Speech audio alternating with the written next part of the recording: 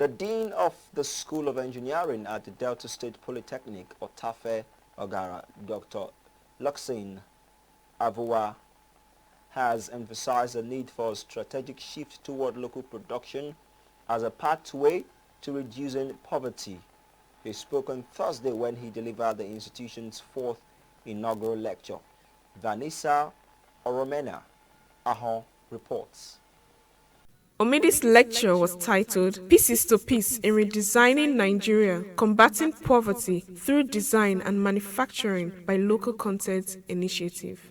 He explained that designing individual component pieces which are carefully assembled to form a complete and functional whole. On the other hand, on the manufacturing sector, you design components that are pieces, you assemble them. When they are assembled, they become a whole, they become functional.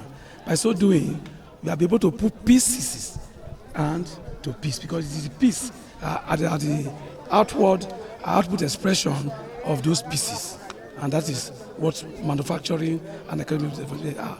There's no single machine that does not have pieces. So you design for the pieces, you assemble them, and they become a piece. That piece is a single whole, and that single whole is what you can use. You can use for national transformation.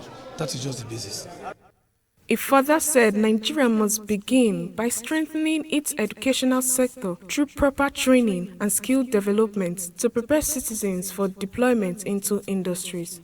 Omidi stated that no nation can achieve meaningful growth without a strong manufacturing base, underscoring the link between education, industrial capacity, and national development.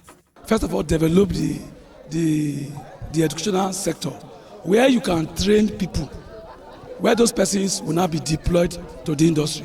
And I made mention of those that I trained that are doing wonders in the oil and gas industry. And it's from here. We've not gone to London, to Japan, or to China. It's from these little ones we do from the school that transform them. I talked about where we're able to design the steam manifold system for DGI product. It's the same thing. So it is these local initiatives, building our locality, building our skills, building our intellect, sourcing materials locally, and when we put them together, and we can use them to drive our industry. And it's the industry that drives national development. And I've established that no nation grows without manufacturing.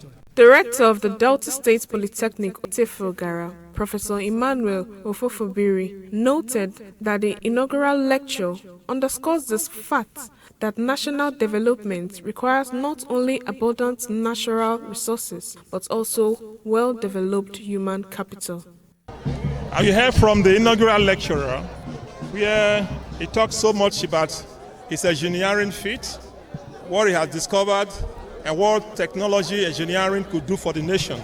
So that shows that a nation doesn't need just only natural resources, but it needs the human resources which come from technology and management to move the nation forward. Like I said earlier, you look at the nations that are very developed in this world, many of them don't have natural resources, but they have that engineering feat and managerial capability. And that's what I just talked about.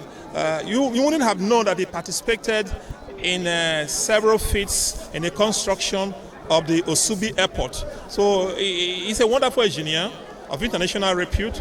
He urged Nigerians to embrace the insights shared in the lecture and adhere to them, expressing confidence that the country possesses the human and material resources needed to become a truly independent, prosperous, and developed nation. So people who have listened to this can know that Nigeria has all it takes, and engineering plays important role in the national development. But just take a look at it. When you look at construction sites in this country, the contract may be won by foreigners, but look at people who actually do the work. They're the blacks, they're the Nigerians, so we're happy. So that's what I just thought, that we'll have all it takes to make ourselves a wonderful, independent, and developed country economically and otherwise. Vanessa Oromena Ahon, reporting for Quest News.